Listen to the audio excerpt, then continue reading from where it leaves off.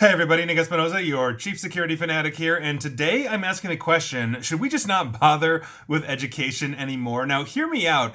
Here's what's going on. Now, a follower of mine on Twitter, at ncubed2, tagged me in a post to this article from the New York Post today, and this really actually got me thinking after I read it about the standards of education and how technology influences our lives. Now, first things first, let's go over this article from the New York Post, which I thought was very interesting, because here's what happened. A college professor in South Carolina is basically sounding the alarm after catching one of his students using ChatGPT. Now, if you don't know what ChatGPT is, it's a new AI chatbot that is basically just taking AI by storm right now and is available to the public.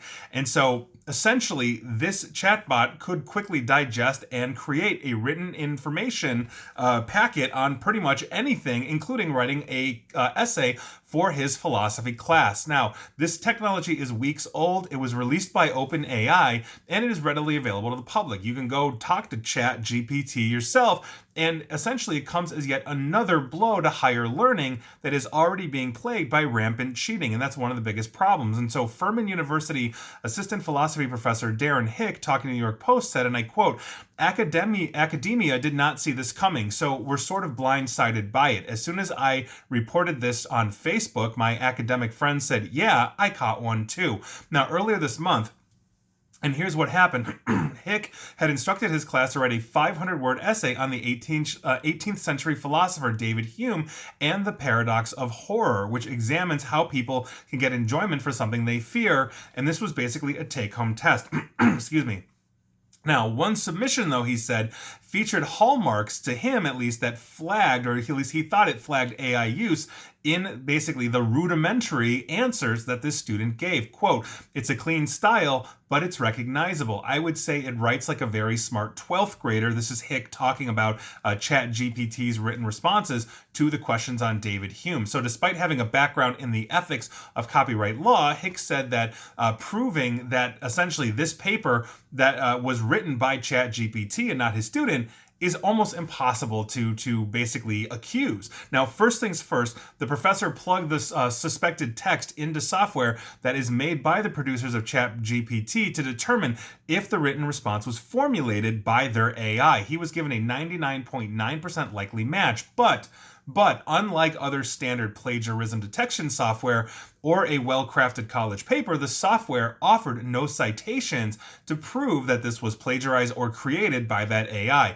Now, Hicks then tried reproducing, I should say, the same essay by asking ChatGPT a series of questions he imagined his student asked to get this result. The move yielded similar answers, but no direct matches, since the tool formulates unique responses, meaning we can all ask about 18th century philosopher David Hume, and we're not always going to get the same answer from ChatGPT because it's constantly learning, constantly changing. It is unique in its responses. So ultimately, Professor Hick basically confronted the student. The student, basically copped to it, said, yeah, I was using ChatGPT. Naturally, this individual failed the class. He was turned over to the academic dean, and on, because again, you can't have AI. You're not learning. You're having it do it for you. And so this, I think, is the problem that we have here. Education, there is no doubt that education has been enhanced by technology, but it's also opened the door to basically easier sharing of papers, easier plagiarism, and now AI is essentially changing the game.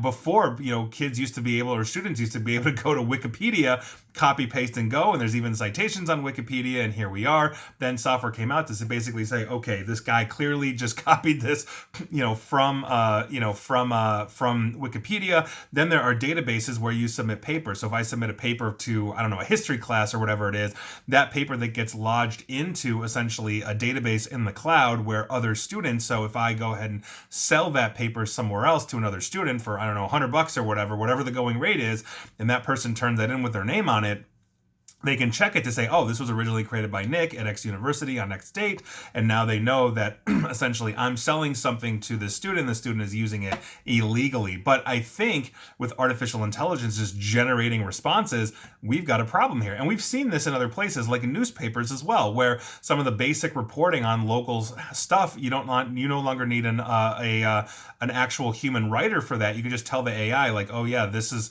go watch this baseball game, this local baseball game or whatever that was taped and you write a report on it and it will do it. And you could just fast forward to the baseball game and it'll do it. This is what we're talking about here, but obviously in the realm of academia. I think some things, to be perfectly honest, are best done without the reliance of technology to truly ensure that something is properly done. So physical textbooks, for example, are one of those things where while they may be heavy, they lend themselves less to things like plagiarism or things like being tampered with, meaning if I have, let's say, a laptop with the book on it, there's no reason why I can't be popping open Google and searching for things and all of that. But if I'm stuck in a textbook, let's say in an enclosed environment, then I'm reading off the text, obviously assuming it's accurate and up to date. And here we are. But if you think about it, anything that could potentially be tampered with that may be done manually because it's important to learn, it's important to have education. For the record, I don't think we should go and do away with education. I think education always needs to be expanded. Everybody needs to learn.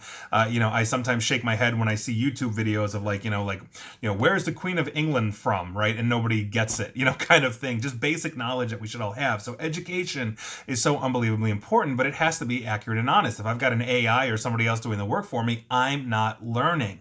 And so if you think about that, or even paper ballots and voting, so we know that, the technology hasn't been tampered with, or nobody is tampering with us.